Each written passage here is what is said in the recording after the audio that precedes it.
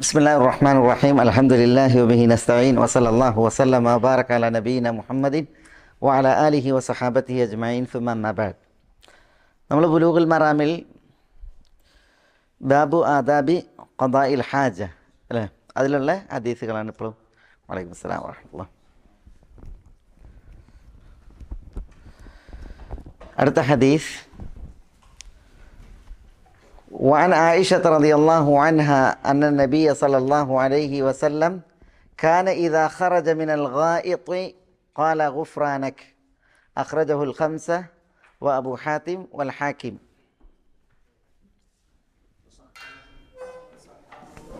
അങ്ങനെ ഉണ്ടോ?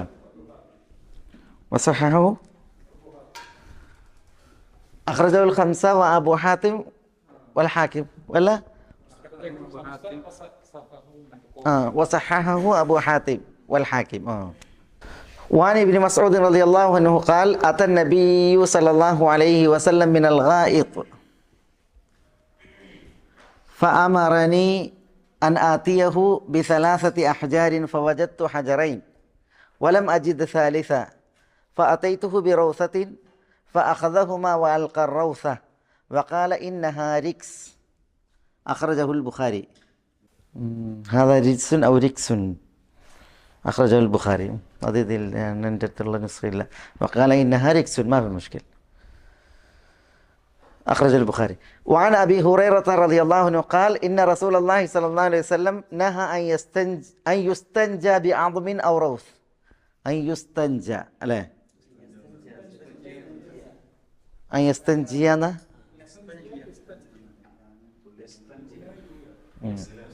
യസ്തൻജിയ എന്നല്ലേ, അതിലെന്താ യുസ്തൻജ അൻ യുസ്തൻജ ബി അദ്മിൻ ഔ റൗസ്, അല്ലെങ്കിൽ ഔ അൻ യസ്തൻജിയ ബി അദ്മിൻ ഔ റൗസ്. റൗസ് യസ്തൻജിയ എന്നുള്ള ഒന്നും കൂടി ശരി, നിങ്ങളടുത്തുള്ള നുസ്ഖയിലുള്ളത് യസ്തൻജിയ എന്നുള്ളതാണ് ശരി. വഖാല ഇന്നഹുമാ ലാ യുതഹിറാൻ റവാഹു ദാറഖുത്നിയു വസഹഹ. വഅൻഹു റളിയല്ലാഹു അൻഹു ഖാല ഖാല റസൂലുള്ളാഹി സ്വല്ലല്ലാഹു അലൈഹി വസല്ലം استنزهوا من البول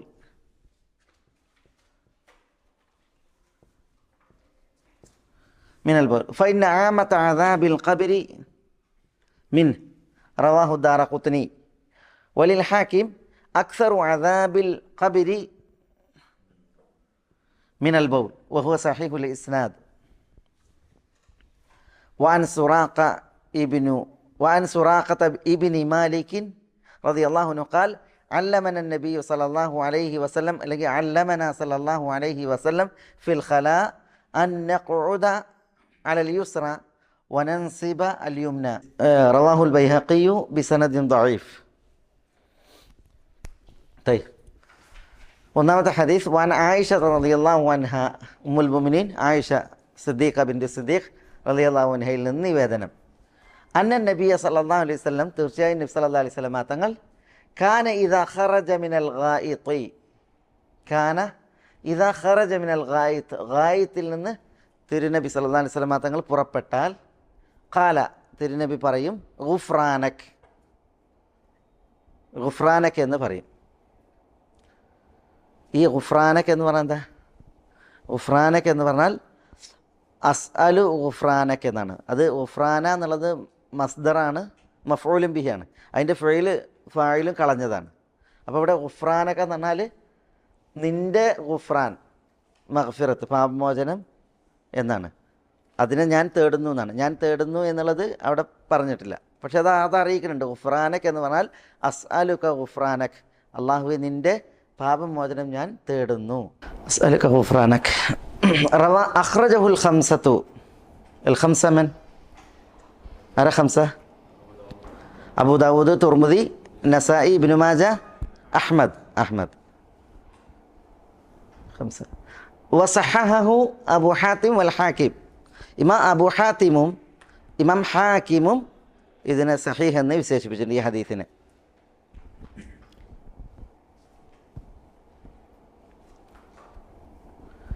തയ്യബ്.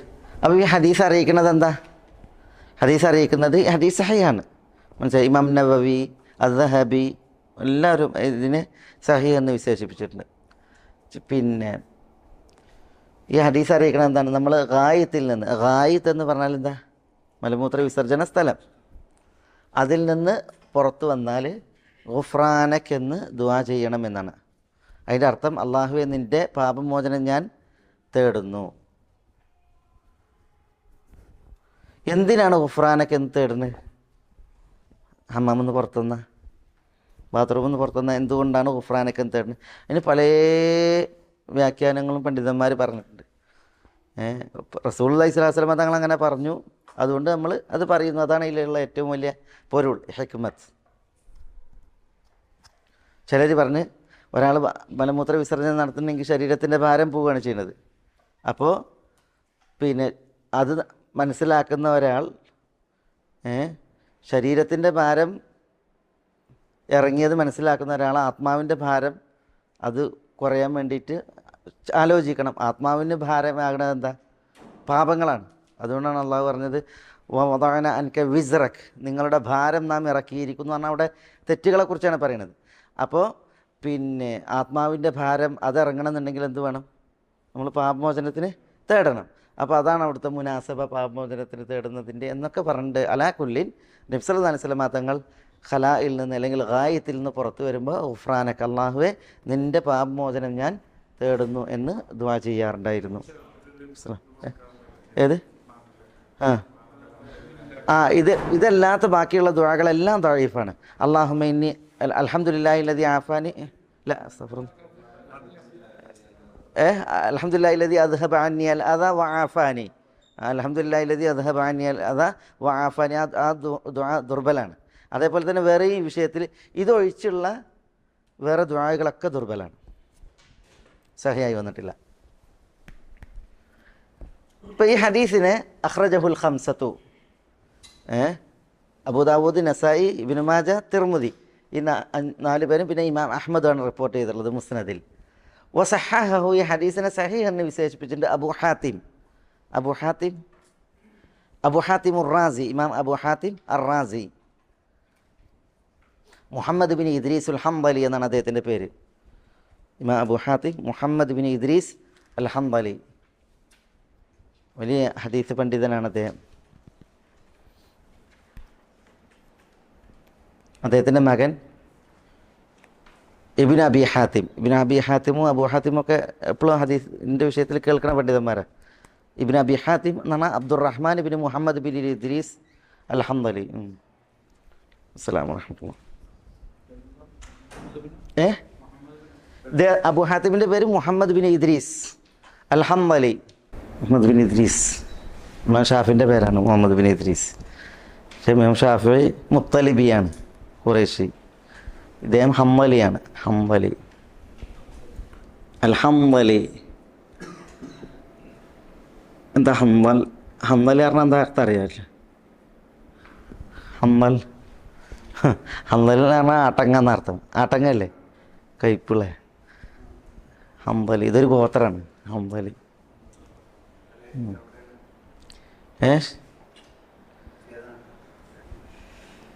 മുഹമ്മദ് ബിൻ ഇദ്രീസ് അൽ ഹംദലി അദ്ദേഹം തന്നെ അദ്ദേഹം റാസിയാണ്. അബൂ ഹാത്തിം ഉർ-റാസി, റയ്യിൽ, ഇറാഖിലെ റയ്യിൽ.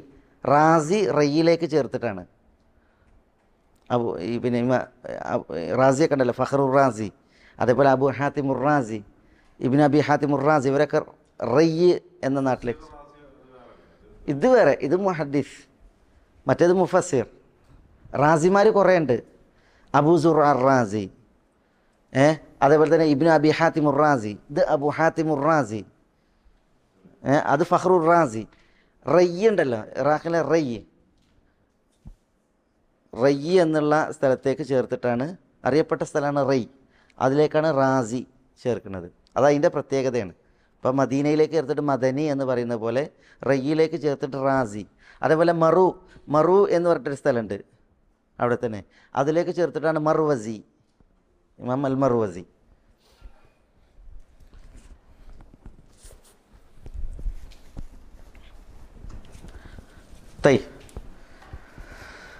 ഹാക്കിം, ഇപ്പോൾ ഈ ഹദീസിനെ അബൂ ഹാത്തിം സഹീഹ് എന്ന് വിശേഷിപ്പിച്ചു. അതേപോലെ തന്നെ വൽ ഹാക്കിം, ഇമാം ഹാക്കിം ആരാ? ഇമാം ഹാക്കിം പ്രസിദ്ധനാണ്. മുഹമ്മദ് ബിൻ അബ്ദില്ല അന്നൈസാപൂരി, അദ്ദേഹത്തിൻ്റെ കിതാബാണ് അൽ മുസ്തദറക് അൽ സഹീഹൈൻ. അൽ മുസ്തദറക്. ഇമാം ഹാക്കിം അബു അബ്ദില്ല അദ്ദേഹത്തിൻ്റെ വിളിപ്പേരാണ്. അദ്ദേഹത്തിൻ്റെ പേര് മുഹമ്മദ് ഇബിനു അബ്ദില്ല അന്നൈസാപൂരി. അദ്ദേഹം നൈസാപൂർകാരനാണ്.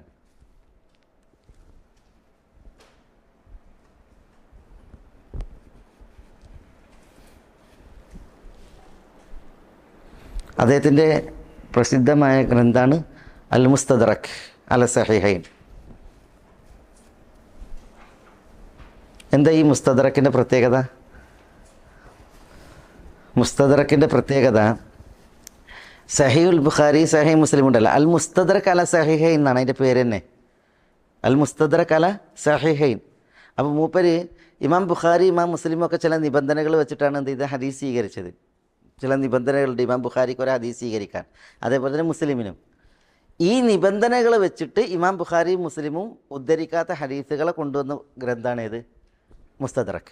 അതായത് ഇമാം ബുഖാരിയുടെയും ഇമാം മുസ്ലിമിൻ്റെയും നിബന്ധനകളെ മുന്നിൽ വെച്ച് ഇമാം ബുഖാരിയും മുസ്ലിമും ഉദ്ധരിക്കാത്ത വേറെ ഹദീസുകളുണ്ടല്ലോ, അതിനെ ക്രോഡീകരിച്ച ഗ്രന്ഥമാണ് മുസ്തദറക്. അതാണ് ഇസ്തിദ്റാക്കാത്തുൽ ഹാക്കിം, ഇമാം ഹാക്കിമിൻ്റെ കണ്ടെത്തലുകൾ, ഇസ്തിദ്റാക്കുകൾ. അതായത് ബുഖാരിയുടെ ഷർത്തുകളെയും മുസ്ലിമിൻ്റെ ഷർത്തുകളെയും മുന്നിൽ വെച്ച്, എന്നിട്ട് ആ ഷർത്തുകൾക്ക് ഒത്തിട്ട് വേറെ ഹദീസുകൾ, ഇവർ കൊണ്ടുവരാത്ത ഹദീസുകളെ ഇമാം ഹാക്കിം ക്രോഡീകരിച്ച്, അതാണ് മുസ്തദറക്.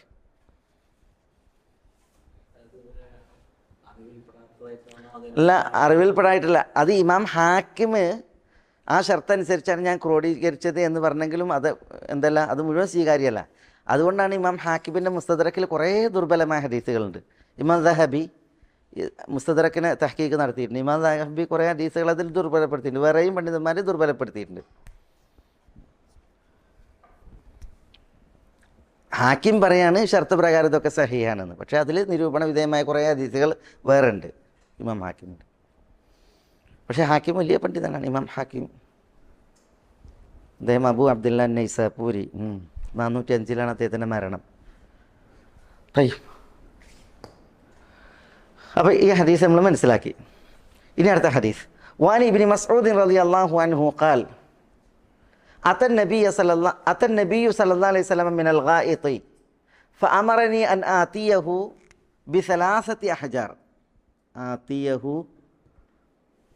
ബിസലാസതി അഹ്ജാരിൻ ഫവജദ്തു ഹജറൈൻ വലം അജിദ് സാലിസൻ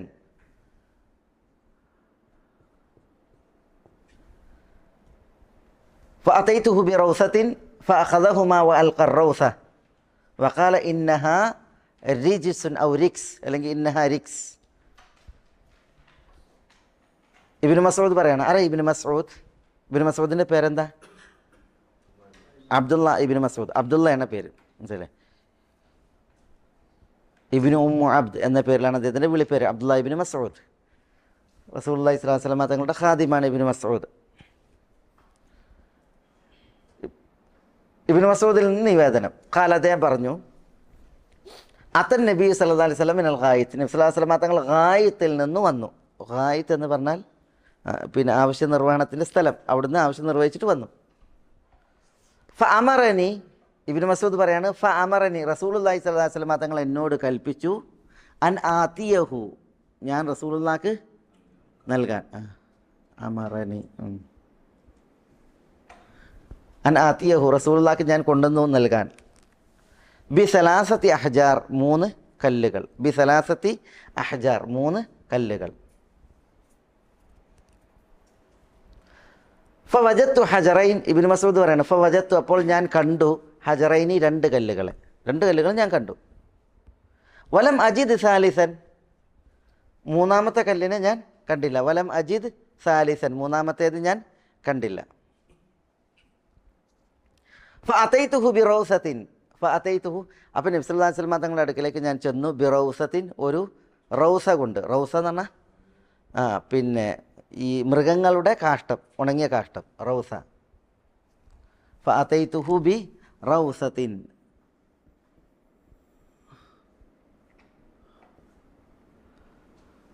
ഫഅഖദഹുമ.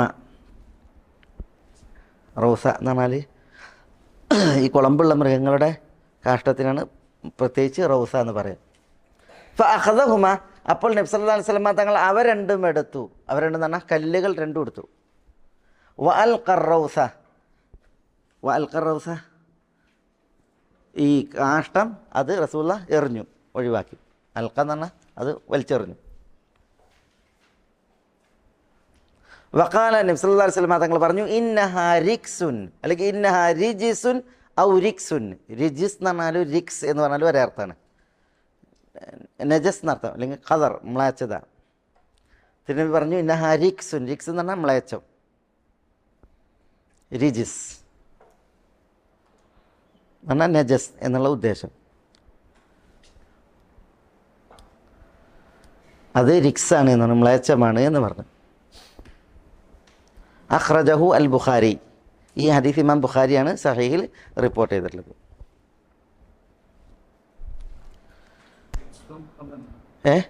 റിജിസ് എന്ന് പറഞ്ഞാൽ റിക്സ്, രണ്ടും ഒരേ അർത്ഥമാണ്. കാഫും ജീമും ഒരേ അർത്ഥത്തിലാണ്. റിക്സ്, റിജിസ്. ഖദിർ എന്നാണ് അർത്ഥം, മ്ലേച്ഛം.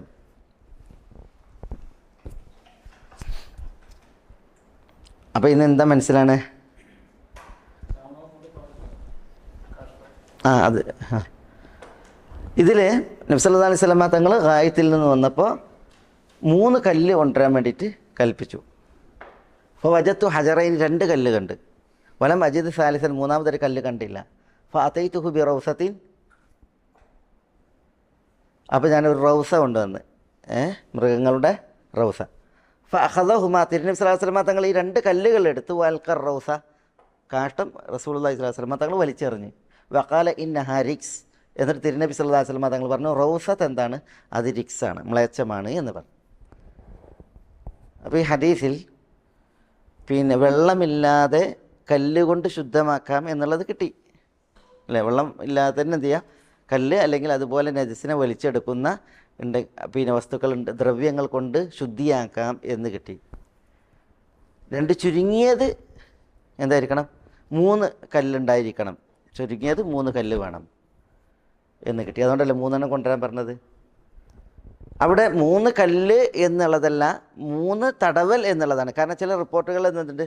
ബിസലാസി മസഹാത്താണ്, 3 തടവൽ തടവിന്നാണ് ചില റിപ്പോർട്ടിലുള്ളത്. അപ്പോൾ ഇനി ഒരു വലിയ കല്ലാണ് എങ്കിൽ അതിന് 3 കോണുകളോ ഭാഗങ്ങളോ ഉണ്ടെങ്കിൽ അതുകൊണ്ട് തടവിയിട്ടുണ്ടെങ്കിലും നജസ് പോയിട്ടുണ്ട് എങ്കിൽ പിന്നെ അത് മതി എന്നുള്ളതാണ് മനസ്സിലാക്കുന്നത്. പിന്നെ റൗസത്ത് കൊണ്ട് എന്ത് ചെയ്യാൻ പാടുള്ളതല്ല? തടവാൻ പാടുള്ളതല്ല. ഇസ്തിൻജാഹ് പാടുള്ളതല്ല, അല്ലെങ്കിൽ ഇസ്തിജ്മാർ പാടുള്ളതല്ല. എന്തുകൊണ്ടാണ് റൗസത്ത് കൊണ്ട് പാടില്ല എന്ന് പറഞ്ഞത്? എന്തുകൊണ്ടാണ്? ഇവിടെ പറഞ്ഞ ഇന്നഹ റിക്സ്, നജസാണ്. നമ്മൾ ഇന്നലത്തെ ക്ലാസ്സിൽ പറഞ്ഞ എന്താ? സൽമാനിൽ നിന്നുള്ള ഹദീസിൽ പിന്നെ റസൂലുള്ള ഞങ്ങളോട് വിലക്കിയിട്ടുണ്ട്, അളമ് കൊണ്ടോ പിന്നെ റൗസ് കൊണ്ടോ ഞങ്ങൾ എന്ത് ചെയ്യാൻ പാടുള്ളതല്ല. വൻ നസ്തൻജിയ ബി അളമിൻ ഔ റൗസ്, അതുകൊണ്ട് ഞങ്ങൾ പിന്നെ ഇസ്തിൻജാ ചെയ്യണത്, വെടുപ്പാക്കണത്, ശുദ്ധിയാക്കണത് റസൂലുള്ള ഞങ്ങളോട് വിരോധിച്ചിട്ടുണ്ടെന്ന്. അപ്പോൾ അതിനെന്ത് മനസ്സിലായി? പിന്നെ ഇതുകൊണ്ട് പാടില്ല എന്ന് മനസ്സിലായി. അതിൻ്റെ കാരണം എന്താ പറഞ്ഞത്? അത് അളവിനെ കുറിച്ചാണ് പറഞ്ഞത്. ജിന്നുകളുടെ ഭക്ഷണമാണ്, അവരുടെ വാഹനങ്ങളുടെ ഭക്ഷണമാണ് എന്ത്? ഈ റൗസ എന്നുള്ളത്. ജിന്നുകൾക്കുള്ള ഭക്ഷണമാണ് എല്ലുകൾ. കാരണം എന്താ? എല്ല് ഭക്ഷിക്കുന്നതിന് മുമ്പ് ഏതൊരവസ്ഥയിലാണ് ആ അവസ്ഥയിലേക്ക് അതിനെ അവർക്ക് എന്ത് ചെയ്യും? ഭക്ഷണമാക്കിയിട്ട് അള്ളാഹു മടക്കി കൊടുക്കും. റൗസയെ സംബന്ധിച്ചിടത്തോളം ഇതുണ്ടാണത് പിന്നെ ഈ ധാന്യങ്ങളും പുല്ലൊക്കെ തിന്നിട്ടാണല്ലോ. അപ്പോൾ അത് അതിൻ്റെ പൂർവ്വസ്ഥിതിയിലേക്ക് എന്ത് ചെയ്യും? അവർക്ക് ഭക്ഷണമായിട്ട് മടക്കപ്പെടും എന്നുള്ളതാണ്. അപ്പോൾ അതുകൊണ്ടാണ് പിന്നെ ഇതുകൊണ്ട് പാടില്ല എന്ന് പറഞ്ഞത്. ഇവിടെ ഈ ഹദീസിൽ പിന്നെ റൗസ റസൂല ഒഴിവാക്കി. എന്നിട്ട് പറഞ്ഞു ഇന്നഹ, ഈ റൗസ എന്നുള്ളത് റിക്സുൻ എന്ന് പറഞ്ഞു, റിജിസുൻ, മ്ലേച്ഛമാണ് എന്ന് പറഞ്ഞു, നജസാണെന്ന് പറഞ്ഞു. അപ്പോൾ അവിടെ ഒരു മസാല ഉരുത്തിരിയുന്നത് ഇത് പിന്നെ കാലികളുടേതാണ്. എല്ലാ കാലികളുടെയും ഈ റൗസ അത് നജസ. ഇപ്പോൾ പശുവിൻ്റെത്, ഒട്ടകത്തിൻ്റെത് അത് നജസല്ല. പശുവിൻ്റെത് നജസല്ല, ചാണകം. അതേപോലെ ഒട്ടകത്തിൻ്റേത്, ആട്ടിൻ കാഷ്ടം അതെന്തല്ല, നജസല്ല. അപ്പോൾ ഒരാൾ എന്ത് ചെയ്ത് നിസ്കരിച്ചപ്പോൾ അയാളുടെ മേത്ത് ആട്ടും കാഷ്ടം ഉണ്ടായിരുന്നു. അയാളുടെ നിസ്കാരം ശരിയാണ്, അയാൾ അങ്ങനെ നിസ്കരിക്കാൻ പാടില്ല. കാരണം എന്താ? നമ്മൾ നിസ്കാരത്തോടെ എടുക്കുമ്പോൾ ശുദ്ധി വേണം, വെടുപ്പ് വേണം. പക്ഷേ അതായിട്ടുണ്ടെങ്കിൽ നിസ്കാരം അയാൾ മടക്കി നിസ്കരിക്കേണ്ടതില്ല. കാരണം എന്താണ്? ഈ പിന്നെ മാംസം ഭക്ഷ്യയോഗ്യമായ മൃഗങ്ങളുടെ റൗസ എന്തല്ല, അത് നജസല്ല. അപ്പോൾ ഇവിടെ ഇവിടെ ഫാത്തൈത്തുഹു ബി റൗസത്തിൻ എന്ന് പറഞ്ഞില്ലേ, റൗസത്ത് കൊണ്ടുവന്നു എന്നുള്ളത് ഇതിന് ഇമാം ഇബ്നു ഖുസൈമയുടെ റിവായത്തിലുള്ളത് റൗസത്തി ഹിമാരിൻ എന്നാണ്. കഴുതയുടെ റൗസ കൊണ്ടുവന്നതാണ്. കഴുത ഹറാമാണ്, നജസ്സാണ്. കഴുതൻ്റെ മാംസം എന്താണ്? ഹറാമാണ്. അപ്പോൾ ഒരു മാംസം, ഒരു മൃഗം നജസ്സാണ് എങ്കിൽ ആ മൃഗത്തിൽ നിന്ന് ഉരുത്തിരിയണത് എന്താണ്? നജസ്സാണ്. അപ്പോൾ അതുകൊണ്ടാണ് ഇത് നജസ്സാണ് എന്ന് പറഞ്ഞത്. മനസ്സിലായി? അതൊരു റിപ്പോർട്ടിൽ എന്തുണ്ട് ഇവിടെ? റൗസത്തെ ഹിമാർ കൊണ്ടുവന്നു എന്നാണ്. അപ്പോൾ അതിനെക്കുറിച്ചാണ് പറയുന്നത് ഇന്നഹ റിക്സ് അല്ലെങ്കിൽ റിജിസ് എന്നുള്ളത്.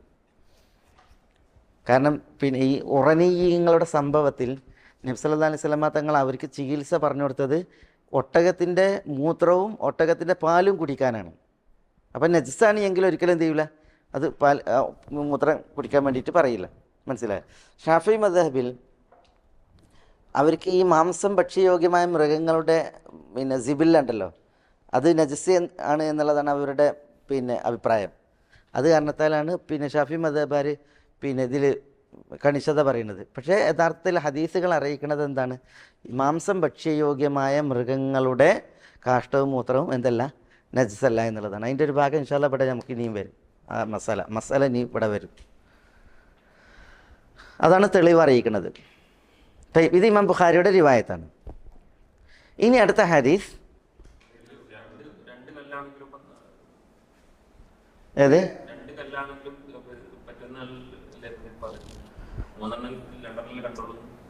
ഇല്ല,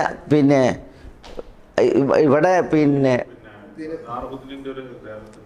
എന്താണ്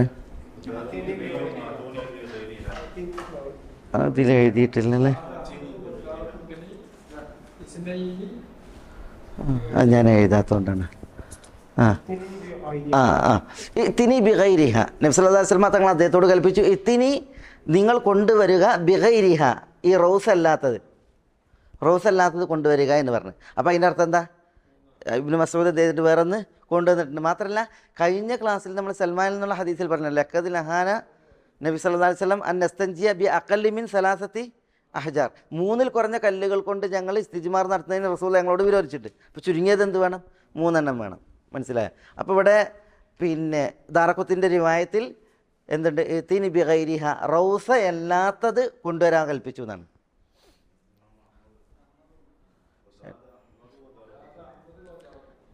മുസ്നദിലുണ്ട്. അപ്പോൾ വസാദ അഹ്മദ് വദ്ദാറഖുത്നിയു, അഹ്മദ് മുസ്നദിലും ദാറഖുത്നി അദ്ദേഹത്തിൻ്റെ സുനനിലും ഏറെ പറഞ്ഞത് എന്താണ്?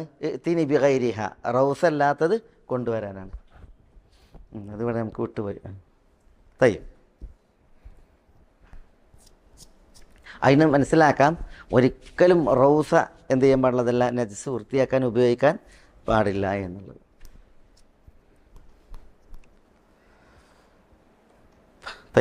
وعن أبي هريرة رضي الله عنه قال إن رسول الله صلى الله عليه وسلم نهى أن يستنجى بعظم أو روث, അല്ലെങ്കിൽ നഹ അൻ യസ്തൻജിയ ബിഅദ്മിൻ ഔ റൗസ്.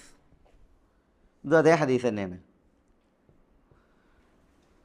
നഹ ബിഅദ്മിൻ ഔ റൗസിൻ. ഇന്ന റസൂലുള്ളാഹി സ്വല്ലല്ലാഹു അലൈഹി വസല്ലം, തീർച്ചയായും റസൂലുള്ളാഹി സ്വല്ലല്ലാഹു അലൈഹി വസല്ലം തങ്ങൾ നഹ വിരോധിച്ചു, ഐ യുസ്തൻജ, ഇസ്തിൻജ ചെയ്യപ്പെടുന്നത്, വലൈക്കും സലാം, ഇസ്തിൻജ ചെയ്യപ്പെടുന്നത്,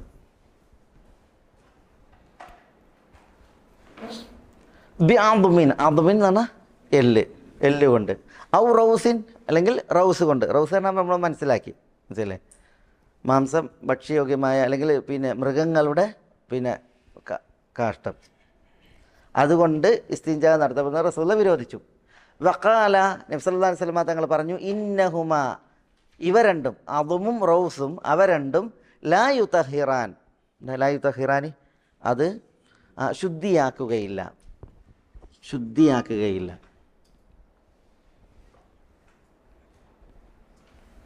ലാ യുതഹിറാൻ. റവാഹു ദാറഖുത്നിയു വസഹഹഹു. ഈ ഹദീസ് ഇമാം ദാറഖുത്നിയാണ് റിപ്പോർട്ട് ചെയ്യുന്നത്. വസഹഹു, അദ്ദേഹം അത് സഹീഹ് എന്ന് വിശേഷിപ്പിച്ചു. അപ്പോൾ അബൂ ഹുറൈറയിൽ നിന്നുള്ള ഹദീസിൽ എന്താ പറയുന്നത്? ഇതന്നെയാണ് മുമ്പ് പറഞ്ഞത് തന്നെയാണ്. ഇന്ന റസൂലുള്ളാഹി സ്വല്ലല്ലാഹു അലൈഹി വസല്ലം നഹാ അൻ യുസ്തൻജാ ബിഅദ്മിൻ ഔ റൗസ്. വഖാല ഇന്നഹുമാ ലാ യുതഹിറാനി. അപ്പോൾ ഇതിൽ മറ്റൊരു കാരണം കൂടി പറഞ്ഞ്, ഒന്ന് അതുകൊണ്ട് റോസ് കൊണ്ടും പാടില്ല എന്ന് പറഞ്ഞാൽ എന്താണ്? അത് ജിന്നുകളുടെ ഭക്ഷണം അല്ലെങ്കിൽ ജിന്നുകളുടെ മൃഗങ്ങളുടെ ഭക്ഷണമാണ്. ഇവിടെ പറഞ്ഞ ഇന്നഹുമ അവ രണ്ടും ലാ യുതഹിറാനി, അവ രണ്ടും ശുദ്ധിയാക്കൂല എന്നാണ്. ഇവിടെ രണ്ട് വിഷയമുണ്ട്. ഒന്ന് ഈ തഹാറത്ത്, മറ്റൊന്ന് ഇസാലത്തു നജാസ. എന്താ ഇത് രണ്ടും ഫിഖ്ഹിൽ?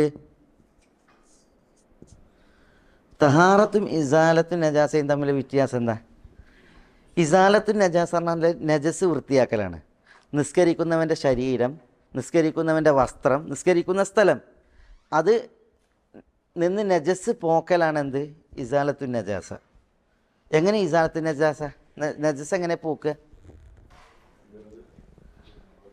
ഒന്നുകിൽ പിന്നെ വെള്ളം കൊണ്ട്, അല്ലെങ്കിൽ മറ്റെന്തെങ്കിലും പ്രക്രിയകൾ പ്രയോഗിച്ചിട്ട്. ഇപ്പോൾ പിന്നെ ആറാബി റസൂലുള്ളാഹിൻ്റെ പള്ളിയിൽ മൂത്രമൊഴിച്ച് റസൂലുള്ളാഹി എന്താ പറഞ്ഞത്? ഒരു ബക്കറ്റ് വെള്ളം ചൊരിയാൻ പറഞ്ഞു. അപ്പോൾ ആ നജസ് പോക്കുന്ന രീതിയിൽ വെള്ളം കൊണ്ട്, അത് ഇനി ഒരു പ്രാവശ്യമാണെങ്കിൽ ഒരു പ്രാവശ്യം, അല്ലെങ്കിൽ ഒന്നിലധികം പ്രാവശ്യമാണെങ്കിൽ കഴുകൽ കൊണ്ടാണ് ഇസാലത്തു നജാസ. ഇതല്ലേ? ഇത് വേറെ. തഹാറത്ത് എന്ന് പറഞ്ഞിട്ടുണ്ടെങ്കിൽ പിന്നെ അശുദ്ധി ഉയർത്തലാണ്. ഇപ്പോൾ ഒരാൾക്ക് പിന്നെ ഒതു ചെയ്തു, പക്ഷേ അയാൾക്ക് എന്ത് ചെയ്ത്? കീഴ്വായി പോയി. അപ്പോൾ അയാളിപ്പോൾ അശുദ്ധനാണ്. ആ അശുദ്ധി ഒരു കാണുന്ന സംഗതിയോ കഴുകിപ്പോകുന്ന ഒരു സംഗതിയല്ല, പിന്നെയോ അതൊരു കാൽപ്പനികമായൊരു സംഗതിയാണ്. ഈ നജസ് നമ്മൾക്ക് ഹിസ്സിയാണ്, കാണാൻ പറ്റുന്ന സംഗതിയാണ്, അല്ലെങ്കിൽ അനുഭവ വേദ്യമായൊരു സംഗതിയാണ്. ഇതങ്ങനെയല്ല, ഇതൊരു കാൽപ്പനികമായ സംഗതിയാണ്. അത് മനുഷ്യ ശരീരത്തിൽ ഉള്ള ഒരു അശുദ്ധിയുടെ അവസ്ഥയാണ്. അതിന് ഒന്നുകിൽ ഒന്നു ചെയ്തിട്ട് അതിനെ ഉയർത്തണം, അല്ലെങ്കിൽ കുളിച്ചിട്ട് വലിയ അശുദ്ധി ഉണ്ടായ ഒരു മനുഷ്യൻ മുഴുവൻ എന്താണ്? അശുദ്ധിയിലാണ്. അത് നോക്കിയാൽ കാണുന്നതല്ല, പിന്നെ അയാൾ അശുദ്ധിയാണ്. മനസ്സിലായല്ലേ? പിന്നെ നോക്കിയാൽ കാണുന്നത് വല്ലതും ഉണ്ടെങ്കിൽ തന്നെയും അവിടെ മാത്രം കഴുകിയാൽ പോരാ, പിന്നെയോ ശരീരം മൊത്തം കഴുകണം. ശരിക്കും മുടി വരെ വെള്ളമാക്കിയിട്ട് ഉരച്ച് കഴുകണം. അവിടെ ഒന്നും എന്തില്ല, നമുക്കൊന്നും കാണാനില്ല. പക്ഷേ കാൽപ്പനികമായിട്ടുള്ളൊരു അവസ്ഥയാണ്, അശുദ്ധിയുടെ അവസ്ഥയാണ്. ചെറിയ അശുദ്ധിയും വലിയ അശുദ്ധിയും. അപ്പോൾ ഒന്നുകിൽ വെള്ളം ഉപയോഗിച്ചിട്ട് ഒതു ചെയ്യണം, അല്ലെങ്കിൽ വെള്ളം ഉപയോഗിച്ചിട്ട് കുളിക്കണം. ഇനി വെള്ളവും ഇല്ല എങ്കിൽ, ഉപയോഗിക്കാൻ പറ്റില്ലെങ്കിൽ എന്ത് ചെയ്യണം? തയമ്മം ചെയ്തിട്ട് ശുദ്ധി വരുത്തണം. അപ്പോൾ ഇതാണ് എന്ത്? തഹാറ.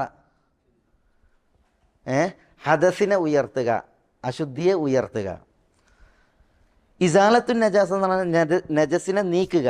അത് നമുക്ക് കാണാൻ പറ്റും. റസൂലുള്ളാഹി സ്വല്ലല്ലാഹു അലൈഹി വസല്ലം തങ്ങൾ പറഞ്ഞോട് ചോദിച്ച്, ആർത്തവ രക്തം വസ്ത്രത്തിലായ ഞങ്ങൾ എന്ത് ചെയ്യും? അപ്പോൾ റസൂലുള്ളാഹി സ്വല്ലല്ലാഹു അലൈഹി വസല്ലം തങ്ങൾ പറഞ്ഞാൽ ആദ്യം ഇതിലേക്ക് വെള്ളം ഒഴിക്കുക, പിന്നെ അത് ഉരയ്ക്കുക, പിന്നെ ആദ്യം അത് ഉരയ്ക്കുക അല്ലെങ്കിൽ ചുരണ്ടുക, എന്നിട്ട് വെള്ളം ഒഴിച്ചിട്ട് അനുസരിച്ച് ഉരച്ചിട്ട് പിഴിയാൻ പറഞ്ഞു, എന്നിട്ട് അതിൽ നിസ്കരിക്കാൻ പറഞ്ഞു. അപ്പോൾ നജസ് എന്ത് ചെയ്യണം? അത് പോക്കി കളയുക വേണം. അപ്പോൾ ഇവിടെ റസൂലുള്ള പ്രയോഗിച്ച ഇന്നഹുമാ ലാ യുതഹിറാനി, അളമും റോസും അത് എന്താ? യുതഹിറാനി എന്നാണ്, തഹാറത്ത് വരുത്തൂല എന്നാണ്. ചിലപ്പോൾ അത് നജസിനെ പോക്കിന് വരും. ഒരാൾ എല്ല് കൊണ്ട് അല്ലെങ്കിൽ റോസ് കൊണ്ട് കാഷ്ടിച്ചതോ മൂത്രിച്ചതോ തുടച്ചിട്ടുണ്ടെങ്കിൽ നജസ് പോയിന്ന് വരും. ഇപ്പോൾ കല്ലുകൊണ്ട് തുടക്കുമ്പോൾ തന്നെയാണ് മറ്റുകൊണ്ട് തുടച്ചാലും അത് വലിച്ചെടുക്കും. പക്ഷേ അത് വിചാരിച്ചിട്ട് എന്ത് ചെയ്യാൻ പറ്റില്ല? നിസ്കരിക്കാൻ പറ്റില്ല അങ്ങനെ ചെയ്തിട്ടുണ്ടെങ്കിൽ. എന്തുകൊണ്ട്? ഇസാലത്ത് നജാസ് ഉണ്ടായാലും എന്തുണ്ടാണില്ല? തഹാറത്ത് ഉണ്ടാണില്ല. തഹാറത്ത് ഉണ്ടാവില്ല എന്നുള്ളതിന് തെളിവെന്താണ്? ഇതാണ് ലാ യുതഹിറാനി. ഇതുകൊണ്ട് അതുമ് കൊണ്ടും റൗസ് കൊണ്ടും ശുദ്ധി വരുത്തിയിട്ടുണ്ടെങ്കിൽ അതിലൂടെ എന്ത് വരണില്ല? തഹാറത്ത് വരണില്ല എന്നുള്ളതാണ്. മനസ്സിലായോ? അപ്പോൾ അതാണ് ഇവിടെ പറഞ്ഞതിലുള്ള ഒരു വിഷയം. അബൂ ഹുറൈറയിൽ നിന്നുള്ള ഈ ഹദീസിൽ നഹ അൻ യുസ്തൻജാ ബി അദ്മിൻ ഔ റൗസിൻ വഖാല ഇന്നഹുമാ ലാ യുതഹിറാനി റവാഹു ദാറഖുത്നി വസഹഹു. ഇമാം ദാറഖുത്നിയാണിത് റിവായത്ത് ചെയ്തിട്ടുള്ളത്. ഇമാം ദാറഖുത്നിൻ്റെ സുനനിൽ. ദാറഖുത്നി അബുൽ ഹസൻ അലി ഇബ്നു ഉമർ അദ്ദാറഖുത്നി. നമുക്ക് ഇദ്ദേഹം വന്നാണല്ലോ അല്ലേ? ദാറഖുത്നി നമ്മൾ മുമ്പ് വന്നു. വെള്ളം ഒഴിച്ചിട്ട് അതിനെ പോക്കണം. വെള്ളം ഒഴിച്ചിട്ട് അത് ചോർന്ന് പോവുക. ടൈൽസിലാണെങ്കിൽ പോവില്ലല്ലോ, തുടച്ചെടുക്കേണ്ടി വരും. കാരണം പള്ളിയിലൊക്കെ ആകുമ്പോൾ വെള്ളം ഒഴിച്ചിട്ടുണ്ടെങ്കിൽ അത് താണ് പോവും. നജസിനോടൊപ്പം വെള്ളത്തോടൊപ്പം നജസ് താണ് പോവും. കാർപ്പറ്റിലാകുമ്പോൾ അവിടെ തന്നെ നിൽക്കൂലേ, അപ്പോൾ തുടച്ചെടുക്കണം, വെള്ളം തുടച്ചെടുക്കണം. ബെഡിലൊക്കെ ആണെങ്കിൽ അതാണ് വെള്ളത്തോടൊപ്പം നജസ് പോകുമെങ്കിൽ വെള്ളം ഒഴിച്ചാൽ മതി. അതില്ലെങ്കിൽ തുടച്ചെടുക്കണം. തയ്ഫ് ദാറഖുത്തിൻ്റെ പേര് അലിബിനു ഉമർ, അലിബിനു ഉമർ അബുൽ ഹസൻ അദ്ദാറഖുത്തിനി.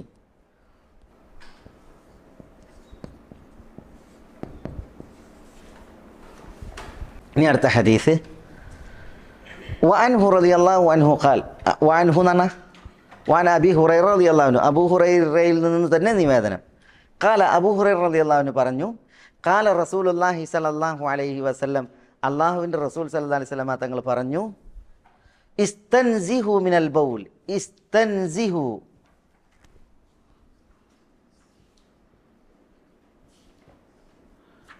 ബൗൽ എന്താ? ഇസ്തൻസിഹു, നിങ്ങൾ ശുദ്ധി വരുത്തുക, വെടുപ്പാക്കുക, ശുദ്ധി വരുത്തുക, മിനൽ ബൗൽ, ബൗലിൽ നിന്ന്.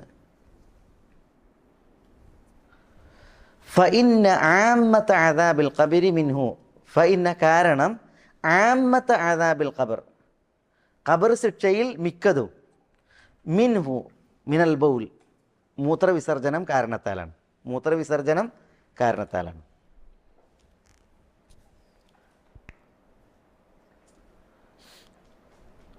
റവാഹു ദാറഖുത്നി, ഇത് ഇമാം ദാറഖുത്നി സുനനിൽ റിപ്പോർട്ട് ചെയ്യുന്ന ഹദീസാണ്. അപ്പോൾ ഇവിടെ ഖാല റസൂലുള്ളാഹി സ്വല്ലല്ലാഹു അലൈഹി വസല്ലം ഇസ്തൻസിഹു, ഇസ്തൻസഹ വെടുപ്പാക്കുക, ശുദ്ധിയാക്കുക.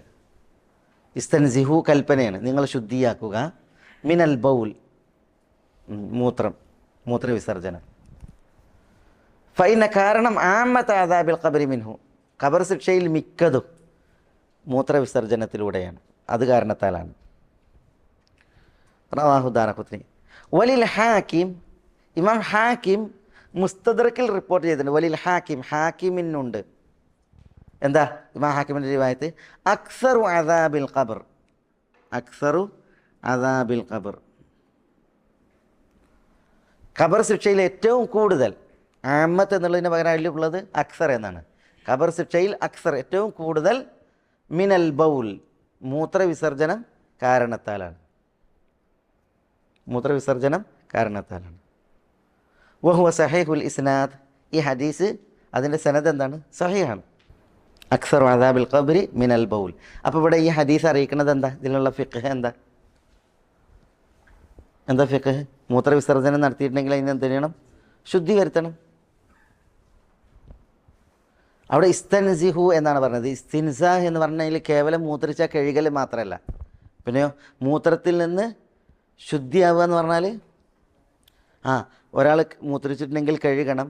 അതേപോലെ തന്നെ മൂത്രിച്ച് കഴിഞ്ഞാൽ ഇസ്തിബ്രാഗ് വേണം. ഇസ്തിബ്രാഗ് എന്ന് പറഞ്ഞാൽ ചില റിപ്പോർട്ടുകളിൽ അങ്ങനെ ഉണ്ട്. ഇസ്തിബ്രാഗ് എന്ന് പറഞ്ഞിട്ടുണ്ടെങ്കിൽ മൂത്രം പൂർണ്ണമായിട്ട് ഒഴിച്ച് തീർക്കുക, പിന്നെ എഴുന്നേറ്റുണ്ടെങ്കിൽ അത് ഉറ്റി വീഴാൻ സാധ്യത ഉണ്ടാവാത്ത രീതിയിൽ തീർക്കുക.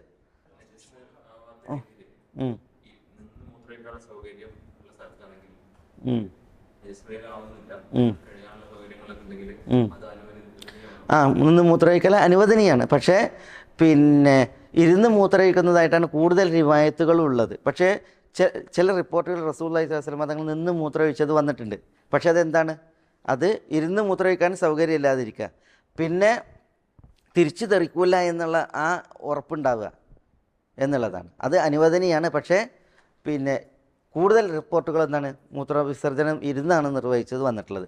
പക്ഷേ ഒരിടത്ത് അതിന് സാധ്യമല്ല എങ്കിൽ നിന്ന് മൂത്രമൊഴിക്കൽ അനുവദനീയമാണെന്ന് അറിയിക്കാനാണ് ചില റിപ്പോർട്ടുകൾ അങ്ങനെയുള്ളത്. പിന്നെ ഈ ഹദീസ് ഇതിപ്പോൾ ഇമാം ദാറഖുത്നി റിപ്പോർട്ട് ചെയ്തിട്ടുണ്ട്, ഇമാം ഹാക്കിം മുസ്തദറിക്ക് റിപ്പോർട്ട് ചെയ്തിട്ടുണ്ട്. പിന്നെ ഇതിനെ പല പണ്ഡിതന്മാർ, നവവിയെ പോലുള്ളതായ പണ്ഡിതന്മാരൊക്കെ ഇതിനെ സഹി എന്ന് വിശേഷിപ്പിച്ചിട്ടുണ്ട്. ഹദീസ് സഹിയാണ്.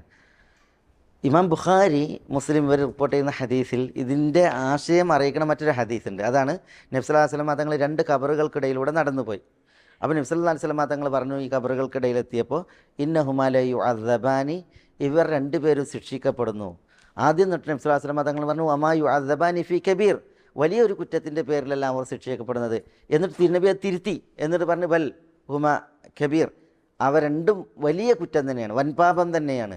എന്നിട്ട് റസൂലുള്ളാഹി സ്വല്ലല്ലാഹു അലൈഹി വസല്ലം തങ്ങൾ പറഞ്ഞു, അമ്മ അഹദുഹുമ ഫകാന യംശി ബിൻ നമീമ, രണ്ടിലൊരാൾ ഏഷണി പറയുന്ന ആളായിരുന്നു, ഏഷണി കൊണ്ട് നടക്കുന്ന ആളായിരുന്നു. വമ്മൽ ആഖർ, അപരൻ വക്കാന ലാ യസ്തൻസിഹു മിനൽ ബൗൽ, മൂത്രവിസർജനത്തിൽ നിന്ന് വെടുപ്പാകുമായിരുന്നില്ല. ചില റിപ്പോർട്ടുകളിൽ വക്കാന ലാ യസ്തബ്രിഉ മിനൽ ബൗൽ, മൂത്രവിസർജനത്തിൽ നിന്ന് പൂർണ്ണമായി ഇസ്തിബ്ര എന്ന് പറഞ്ഞാൽ പൂർണ്ണമായി മൂത്രവിസർജനം നടത്തിയിട്ട് തീർത്തിയിരുന്നില്ല എന്നാണ്. എന്നുണ്ടെങ്കിൽ അയാൾ പെട്ടെന്ന് തിരക്കുടിച്ച് എഴുന്നേൽക്കുമ്പോൾ തെറിക്കുമല്ലോ, അല്ലെങ്കിൽ ഒറ്റി വീഴില്ല. അത് ചില റിപ്പോർട്ടുകളിൽ വക്കാനല്ല യസ്തതിറു മിനൽ ബൗൽ എന്നാണ്.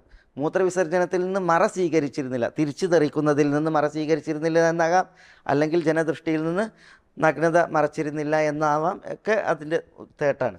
ഏതായാലും അതുകൊണ്ടാണ് ഖബറിൽ ശിക്ഷിക്കപ്പെട്ടത് എന്ന് ഹദീസിൽ ഇമാം ബുഖാരി മുസ്ലിം റിപ്പോർട്ടിൻ്റെ ഹദീസിലുണ്ട്. അപ്പോൾ ഈ ഹദീസിൻ്റെ ആശയത്തെ അറിയിക്കുന്ന റിവായത്ത് എവിടെ ഉണ്ട്? ഇമാം ബുഖാരിൻ്റെ തന്നെ സഹീഹിലുണ്ട് എന്നർത്ഥം. ഇവിടെ ഒരു വിഷയം, ഇസ്തൻസിഹു മിനൽ ബൗൽ, മൂത്രവിസർജനത്തിൽ നിന്ന് നിങ്ങൾ ശുദ്ധിയാവുക എന്നാണ്. ഇവിടെ അൽ ബൗൽ എന്നുള്ളത് ആൺമായ പ്രയോഗമാണ്. അപ്പോൾ ഒരാൾക്ക് അയാളുടെ മൂത്രം ഇനി മറ്റുള്ളവരുടെ മൂത്രത്തിൻ്റെ വിഷയമാകാം, പിന്നെ മൃഗങ്ങളും ഒക്കെ ഇതിൽപ്പെട്ട് ഈ പൊതുപ്രയോഗത്തിൽ വന്ന് ബൗൽ എന്നുള്ളത്. പക്ഷേ ഇവിടെ ഈ പൊതുപ്രയോഗത്തിൽ നിന്ന് മാംസം ഭക്ഷ്യയോഗ്യമായ മൃഗങ്ങളുടെ മൂത്രം അത് ഖാസാണ്. കാരണം എന്തുകൊണ്ട്? മാംസം ഭക്ഷ്യയോഗ്യമായ മൃഗങ്ങളുടെ സിബില്ലത്ത്, കാഷ്ടവും മൂത്രവും അതെന്തല്ല, നജസല്ല, അത് നജസല്ല. അതാണ് ആ ഉറനീയങ്ങളുടെ സംഭവം മറ്റൊക്കെ നമ്മൾ പറഞ്ഞല്ലോ. അപ്പോൾ അത് അതിൽ നിന്ന് ഒഴിവാണ്. ഇവിടെ ആമാണ് പ്രയോഗമെങ്കിലും പിന്നെ ചില ഹദീസുകൾ എന്ത് ചെയ്തിട്ടുണ്ട്, മാംസം ഭക്ഷ്യയോഗ്യമായ മൃഗങ്ങളുടെ കാഷ്ടവും മൂത്രം എന്തല്ല, നജസല്ല എന്നുള്ളത് അറിയിച്ചിട്ടുണ്ട്. അതുകൊണ്ടാണ് പിന്നെ ആട്ടിൻ്റെ കൂട്ടിൽ നിസ്കരിക്കുന്നത് അനുവദിച്ചത്. മനസ്സിലായോ? ഒട്ടകത്തിൻ്റെതിൽ നിസ്കാരം അനുവദിച്ചില്ല. അതിൻ്റെ കാരണം അത് നജസ് ആയതുകൊണ്ടല്ല, പിന്നെ അതിന് കാരണം വേറെയാണ്. അപ്പോൾ പിന്നെ ഇത് പിന്നെ അത് ഇവിടെ ഈ വിഷയത്തിൽ മനസ്സിലാക്കേണ്ടത് ഇസ്തൻസിഹു മിനൽ ബൗൽ, ബൗൽ എന്നുള്ളതുകൊണ്ട് ഇവിടെ ഉദ്ദേശം നജസായ ബൗലാണ്. അത് മനുഷ്യൻ്റേത് മാംസം ഭക്ഷ്യയോഗ്യമല്ല, അതുകൊണ്ട് തന്നെ മനുഷ്യൻ്റേത് അവിടെ നജസാണ്. അതേപോലെ തന്നെ നജസായ മറ്റു മൂത്രം അതിൽ നിന്ന് ശുദ്ധിയാകാനുള്ള കൽപ്പനയാണ്. ഇസ്തൻസിഹു മിനൽ ബൗൽ ഫൈന ആമത അദാബിൽ ഖബരി മിൻഹു. അപ്പോൾ ഇതിൽ നിന്ന് ഖബർ ശിക്ഷ ഹക്കാണ് എന്നുള്ളത് വന്നു. ഖബറിൽ എന്തുണ്ട്? രക്ഷയുണ്ട്, അതേപോലെ തന്നെ ഖബറിൽ ശിക്ഷയുണ്ട്. അതിൽ ഒരു കാരണം, ഖബർ ശിക്ഷൻ്റെ ഒരു കാരണം അതാണ് മൂത്രവിസർജനത്തിൽ നിന്ന് വെടുപ്പാകാതിരിക്കൽ. വലിൽ ഹാക്കിമി അക്സർ അദാബിൽ ഖബരി മിനൽ ബൗൽ. ഇമാം ഹാക്കിം ഈ ഹദീസിൻ്റെ റിവായത്തിൽ ഇപ്രകാരം കൊടുത്തത്, അക്സർ ഏറ്റവും കൂടുതൽ ഖബർ ശിക്ഷ മൂത്രവിസർജനം കാരണത്താലാണ്. വഹുവ സഹീഹുൽ ഇസ്നാദ്, ഹദീസിൻ്റെ സനദ് സഹീഹാണ്. തയ്യബ്, ഇനി അടുത്തൊരു ഹദീസ്. ഇതിൽ എന്തെങ്കിലും ഇഷ്കാലുണ്ട്? ഇതിൽ വഅൻ സുറാഖത ഇബ്നി മാലികിൻ, സുറാഖത ഇബ്നി മാലികിൻ റളിയല്ലാഹു അൻഹു ഖാൽ അല്ലമന സല്ലല്ലാഹു അലൈഹി വസല്ലം ഫിൽ ഖലാഇ അൻ നഖഉദ അലൽ യുസ്ര വനൻസിബൽ യുംന റവാഹുൽ ബൈഹഖി ബിസനദിൻ ദഈഫ്. അല്ലമന സല്ലല്ലാഹു അലൈഹി വസല്ലം ഫിൽ ഖലാഇ അൻ നഖഉദ അലൽ യുസ്ര വനൻസിബൽ യുംന. വഅൻ സുറാഖത ഇബ്നി മാലികിൻ, സുറാഖ ഇബ്നു മാലിക് ആരാ? സുറാഖ ഇബ്നു മാലിക് ഇബ്നു ജുഅ്ഷും, അദ്ദേഹം ബനു മുദ്ലജ് ഗോത്രക്കാരനാണ്. ഇതിനു മുമ്പ് സുറാഖ വന്ന ഹദീസുകളിൽ ഏതെങ്കിലും അല്ല. സുറാഖ ഇബ്നു മാലിക്. ഈ സുറാഖനെ എവിടെയെങ്കിലും കേട്ടിണ? ബദറിൽ ഇബ്ലീസ് കൊണ്ടുവന്നത് ഈ സുറാഖനാണ്. പിന്നെ ഹിജറ പോകുമ്പോൾ റസൂലുള്ളാഹിനെ പിന്തുടർന്നത് ഈ സുറാഖയാണ്. സുറാഖ ഇബ്നു മാലിക് ഇബ്നു ജുഅ്ഷും, അദ്ദേഹം അൽ കിനാനിയാണ്, ബനു കിനാന ഗോത്രക്കാരനാണ്. അതിൻ്റെ ഉപഗോത്രമായ ബനു മിദ്ലജ്, അൽ മിദ്ലജി. സുറാഖ ഇബ്നു മാലിക് ഇബ്നു ജുഅ്ഷും അൽ മിദ്ലജി, ബനു മിദ്ലജ് ഗോത്രക്കാരനാണ്. സുറാഖ ഇസ്ലാം സ്വീകരിച്ചിട്ടുണ്ട്. അദ്ദേഹം ഇസ്ലാം സ്വീകരിച്ചത് മക്കം ഫതഹിനെ തുടർന്നാണ്, തായിഫ് യുദ്ധാനന്തരം. അപ്പോഴാണ് ഇസ്ലാം സ്വീകരിക്കുന്നത്. സുറാഖ മരണപ്പെടുന്നത് ഉസ്മാൻ ബിൻ അഫ്ഫാൻ റളിയല്ലാഹു അൻഹു ഖിലാഫത്ത് ഏറ്റെടുത്തുകൊണ്ടാണ്. ഹിജറയുടെ 24 ഉസ്മാൻ റളിയല്ലാഹുവിൻ്റെ ഖിലാഫത്തിൽ. 23 ഉമർ ഷഹീദാണത്. 24 ഉസ്മാൻ റളിയല്ലാഹുവിൻ്റെ ഖിലാഫത്തിലാണ് അദ്ദേഹം സുറാഖ മരിക്കുന്നത്. സുറാഖൻ്റെ പിന്നെ സംഭവം പ്രത്യേകത എന്ന് വെച്ചാൽ മക്കക്കാർ റസൂലുള്ളാഹി സ്വല്ലല്ലാഹു അലൈഹി വസല്ലം തങ്ങൾ ഹിജ്റ പോകുമ്പോൾ റസൂലുള്ളാഹിനെ ജീവനോടെ കൊണ്ടുവന്നാലും ഇനി വധിച്ച് തല കൊണ്ടുവന്നാലും 100 ഒട്ടകങ്ങളെ ഇനാം പ്രഖ്യാപിച്ചു. അങ്ങനെ പിന്നെ ഖുറൈശികൾ എന്ത് ചെയ്യും, റസൂലുള്ളാഹിനെ ഭയങ്കരമായിട്ട് തിരഞ്ഞ്. പക്ഷെ അവർക്ക് ആർക്കും കിട്ടിയില്ല. റസൂലുള്ളാഹിനെ കണ്ടു കിട്ടാൻ അവസരം ഉണ്ടായത് ഈ സുറാഖക്കാണ്. സുറാഖ തൻ്റെ കുതിരപ്പുറത്ത് നല്ല മിന്നൽ പിണർ എന്ന പോലെയാണ് എന്താണ് പായണത്. അങ്ങനെ മരുഭൂമിയിൽ വെച്ചിട്ട് റസൂലുള്ളാഹിനെ കണ്ടുമുട്ടി.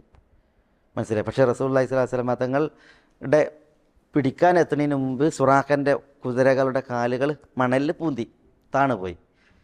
അങ്ങനെ പിന്നെ റസൂലുള്ളാഹി സ്വല്ലല്ലാഹു അലൈഹി വസല്ലം തങ്ങൾക്ക് അപ്പോൾ തിരിച്ചു പിടിക്കാം സുറാഖനെ. റസൂലുള്ളാഹിൻ്റെ തല കൊയ്യാനാണ് വന്നത്. അപ്പോൾ തിരിച്ചു വന്നിട്ട് തല കൊയ്യാം. അപ്പോൾ റസൂലുള്ളാഹിനോട് അദ്ദേഹം അഭയം ചോദിച്ച്, നിങ്ങൾ എന്നെ അഭയം തരണം. അപ്പോൾ റസൂലുള്ള പറഞ്ഞത്, ഞങ്ങൾ പോകുന്ന വഴി അല്ലെങ്കിൽ ഞങ്ങളെക്കുറിച്ച് ഒരു വിവരവും തിരിച്ചു പോകുമ്പോൾ പറയരുത്, ആരോടും പറയരുത്. അങ്ങനെയാണെങ്കിൽ അമാൻ തരാമെന്ന് പറഞ്ഞു. അപ്പോൾ അദ്ദേഹം സമ്മതിച്ച്.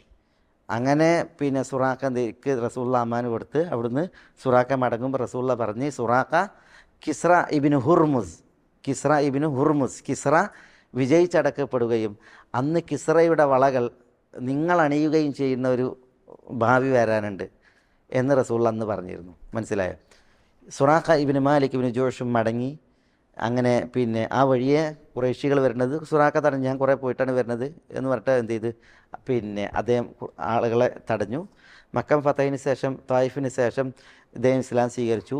ഉമർ റളിയല്ലാഹുവിൻ്റെ ഖിലാഫത്തിൽ മുസ്ലിമീങ്ങൾ പേർഷ്യ വിജയിച്ചടക്കിയപ്പോൾ കിസ്ര ഇബ്നു ഹുർമുസിൻ്റെ എന്ത് ചെയ്ത് പിന്നെ പരാജയപ്പെടുത്തപ്പെട്ട് അദ്ദേഹത്തിൻ്റെ സമ്പത്തൊക്കെ മുസ്ലിമീങ്ങൾക്ക് ഗനീമത്തായി കിട്ടിയപ്പോൾ അദ്ദേഹത്തിൻ്റെ കിരീടവും അതേപോലെ കിസ്ര ധരിച്ചിരുന്ന വളകളും മറ്റൊക്കെ എന്ത് ചെയ്ത് ഗനീമത്തായിട്ട് കിട്ടി. അങ്ങനെ ഉമർ റളിയല്ലാഹു തആലാൻ്റെ അടുക്കലേക്ക് അത് എത്തിയപ്പോൾ ഉമർ സുറാഖനെ വിളിച്ച്, സുറാഖ ഇബ്നു മാലിക്കിനെ വിളിച്ച്, എന്നിട്ട് പറഞ്ഞ് ഇത് അണിയാൻ പറഞ്ഞു.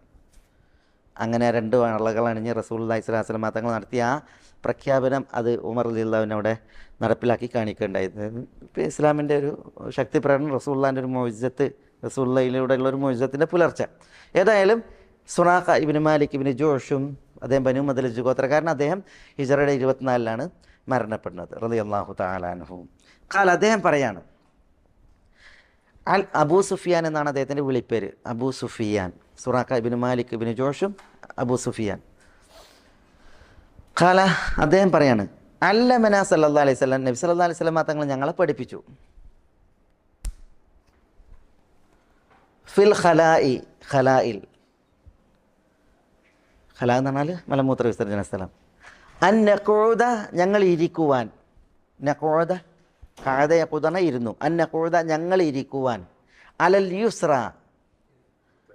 ഇടത്തെ കാലിന്മേൽ ഊന്നി, അലൽ യുസ്ര എന്ന ഇടത്തെ കാലിന്മേൽ ഊന്നി ഇരിക്കുവാൻ, വനൻസിബൽ യുംന വലത്തെ കാൽ നാട്ടിക്കുത്തുവാനും, വലത്തെ കാലിൽ ഊന്നാതെ ഇടത്തെ കാലിൽ ഊന്നി ഇരിക്കുവാൻ, ഖലായിലിരിക്കുവാൻ റസൂലുള്ളാഹി ഞങ്ങളെ പഠിപ്പിച്ചു.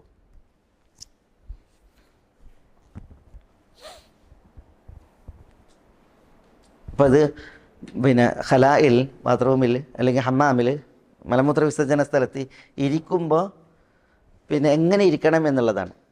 വലത്തേക്കാലിൽ ഇടത്തേക്കാലിൽ ഊന്നി വലത്തേക്കാൽ നാട്ടി കുത്തിയിട്ട് ഇരിക്കണം എന്നാണ് ഈ ഹദീസിൽ ഉള്ളത്. ഇത് ഇമാം ബൈഹഖി സുനനിൽ റിപ്പോർട്ട് ചെയ്തതാണ്. പക്ഷേ സനദ് ദഈഫാണ്. ഈ ഹദീസിൻ്റെ ദുർബലത, ഇതിൽ കുറേ മജാഹിൽ, പിന്നെ ബനു മദ്ലജ് ഗോത്രത്തിൽ നിന്ന് ഒരാൾ ആണ് ഇത് സുറാഖയിൽ നിന്ന് റിപ്പോർട്ട് ചെയ്യുന്നത്. ആളാരാണെന്ന് അറിയില്ല. വേറെയും ഇതിൽ അറിയപ്പെടാത്ത കുറേ ആളുകളുള്ളത് കാരണത്താൽ ഈ ഹദീസ് ദുർബലം എന്നാണ് പണ്ഡിതന്മാർ പറഞ്ഞത്. ഹദീസ് ദുർബലാണിത്, തീർത്തും ദുർബലമാണ്. അതുകൊണ്ട് തന്നെ ഈ ഹദീസിനെക്കുറിച്ച് കുറേ പിന്നെ ഇതിൽ പിന്നെ ഫിഖ് വിശദീകരിക്കേണ്ടതില്ല. പക്ഷെ എന്നാലും പല പണ്ഡിതന്മാരും ചിലർ ശാസ്ത്രത്തെ ഉദ്ധരിച്ച്, അങ്ങനെ ഉണ്ടാകും ഡോക്ടറെ, പിന്നെ ഇടത് ഭാഗത്ത് ഊന്നിരുന്നിട്ടുണ്ട് എങ്കിൽ പിന്നെ അതെ, അതിൻ്റെ ഫലമുണ്ട്. പിന്നെ പെട്ടെന്ന് പിന്നെ വിസർജ്യം പുറത്തു പോകാൻ സഹായിക്കും പിന്നെ എന്ന് പറഞ്ഞ്.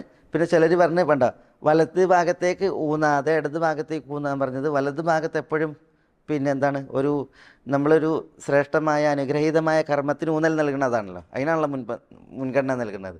അപ്പോൾ അതുകൊണ്ടാണ് ആ ഭാഗത്തേക്ക് ചായാതെ ഇടത് ഭാഗത്തേക്ക് ചായാൻ പറഞ്ഞത്. പിന്നെ മാത്രമല്ല, അതിൽ മലമൂത്ര വിസർജനം നടത്തുന്നതിൽ അതിൻ്റേതായ പിന്നെ എളുപ്പമുണ്ട്, സുഖമുണ്ട് എന്നൊക്കെ ചിലർ ശാസ്ത്രത്തെ ഉദ്ധരിച്ചിട്ട് എന്ത് ചെയ്തിട്ടുണ്ട് ഇതിൻ്റെ ഹദീസിൻ്റെ ഷറയിൽ. അള്ളാഹു സുബ്ഹാനഹു വ തആല നമ്മളെല്ലാവരെയും അനുഗ്രഹിക്കുമാറാവട്ടെ. ഹക്ക് ഹക്കായി മനസ്സിലാക്കുവാനും അത് പിൻപറ്റുവാനും ബാത്തിൽ ബാത്തിലായി മനസ്സിലാക്കുവാനും അതിൽ നിന്നും അതിൻ്റെ ആളുകളിൽ നിന്നും വിട്ടു നിൽക്കാനും അള്ളാഹു നമ്മളെ എല്ലാവരെയും അനുഗ്രഹിക്കുമാറാവട്ടെ. വസല്ലല്ലാഹു വസല്ലമ വബാറക അലാ നബീന മുഹമ്മദിൻ വഅലാ ആലിഹി വഅസ്ഹാബിഹി അജ്മഈൻ.